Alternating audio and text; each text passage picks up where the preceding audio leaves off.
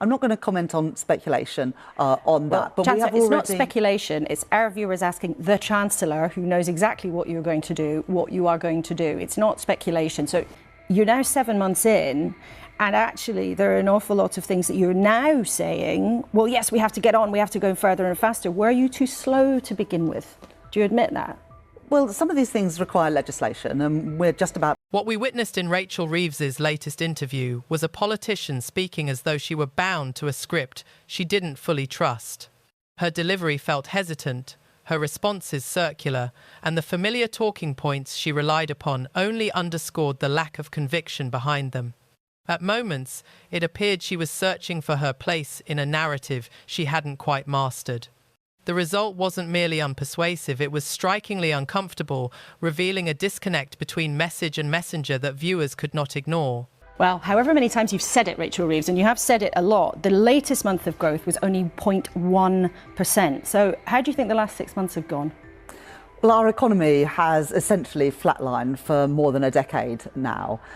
I don't believe that low growth is our destiny, though.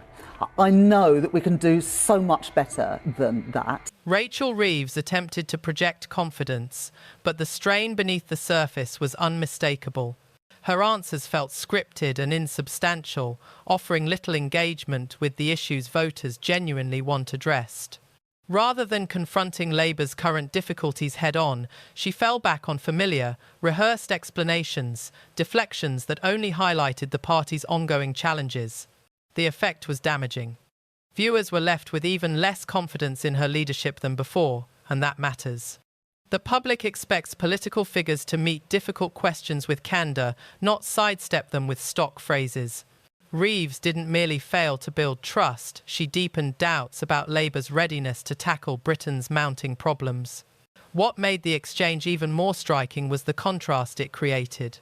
Laura Quensberg, often criticised for being too cautious or out of her depth, emerged from the interview looking notably sharp. Reeves offered so many evasions and so little substance that Quensberg scarcely had to press. In the end, Reeves handed her an unexpected opportunity to appear assured and in control, an outcome even Quensberg's detractors would struggle to dismiss. So, I ask you again, do you think the last 6 months have been a success? When I became Chancellor of the Exchequer, I think that most people would recognise that the inheritance was pretty tough. Public finances were in an utter mess. But this is about the impact of the decisions you took. Yes, but those decisions were to put our public finances back on a firm footing. And the worst thing that I could have done in the budget was to have swept those problems under the carpet, pretend they didn't exist. The contrast was stark. Laura Quensberg pressed Rachel Reeves on critical issues, and time and again, Reeves either faltered or defaulted to Labour's familiar blame-shifting narrative. This wasn't clever political manoeuvring, it was avoidance, plain and simple, visible to anyone watching. Her inability to handle straightforward questions only bolstered Quensberg, making the interviewer appear more confident, prepared, and in control than the politician in the hot seat. When Reeves was asked a simple question whether Labour's last 6 months had been a success, she again deflected, pointing fingers at the previous government and citing inherited problems. Excuses that might have carried weight in the early weeks now rang hollow. 6 months into governance, voters expect results, not rehearsed justifications. This interview was more than uncomfortable for Reeves. It highlighted a deeper issue. When a party's leadership struggles to answer basic questions with clarity and accountability, it reinforces the disconnection so many voters feel from politicians. Labour's inability to convincingly defend its record is now a visible vulnerability. Either we've now stabilised the public finances, which means that we can go further and faster on that bedrock of stability to grow our economy. Well, the debt is absolutely enormous, and but we can now move on and grow our economy. Well, borrowing is at its highest level for 4 years. The national debt is absolutely enormous, and that's the debt that I inherited as Chancellor. Yes, we've got to get a grip of those problems. Rachel Reeves's repeated refusal to confront Labour's challenges sent a troubling signal. The party may not fully understand how to address the problems it inherited. This isn't just about the past 6 months. It's about whether Labour is equipped to navigate the next 6 years. Given her approach, it's little wonder public confidence in the party's leadership remains fragile.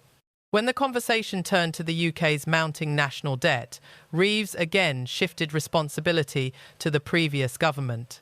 While Labour did inherit economic pressures, voters aren't seeking excuses, they want actionable solutions. Pressed by Laura Quensberg for specifics, Reeves offered broad promises about future plans but avoided concrete figures or timelines. For a country grappling with rising inflation, squeezed households, and struggling small businesses, this lack of clarity is significant. Leaders are expected to demonstrate accountability and lay out practical steps to restore stability.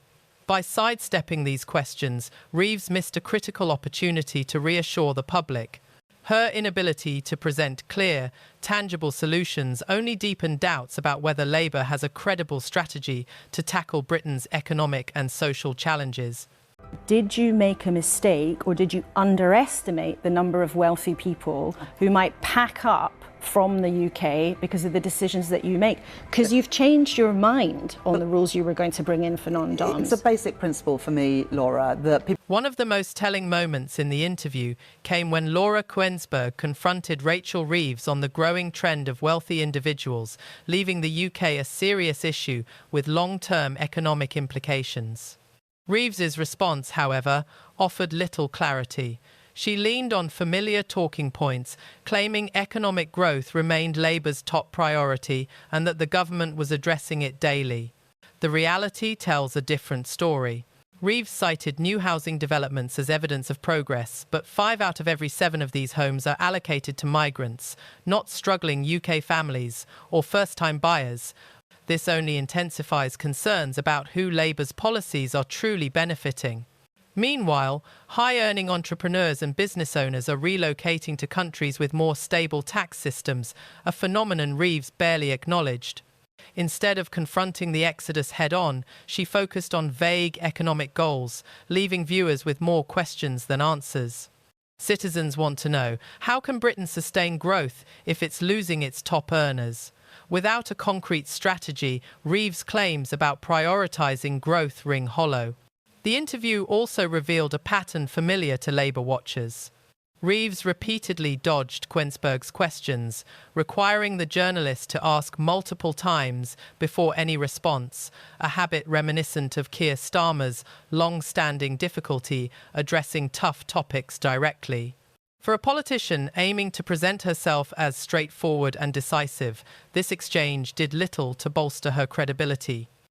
Rates of tax. So you shifted your position. That doesn't cost UK taxpayers any money. This is not going to result in any dent in the public finances, but it does make it easier for people to bring money in from overseas in a way that the previous government didn't permit. But did you get it wrong because you've changed your mind? We're making some changes to one part of the way in which very wealthy people from abroad are taxed. When pressed for concrete plans or specific figures, Rachel Reeves consistently sidestepped the questions, offering vague assurances about Labour's vision rather than clear, actionable answers.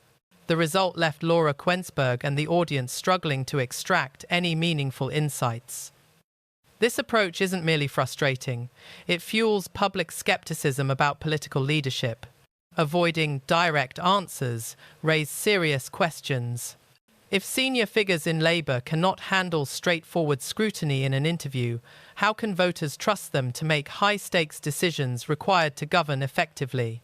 Reeves had an opportunity to demonstrate transparency and competence, yet she left viewers with more doubts than confidence. A particularly revealing moment came when Reeves framed the welcome of wealthy, skilled individuals to the UK as a national advantage.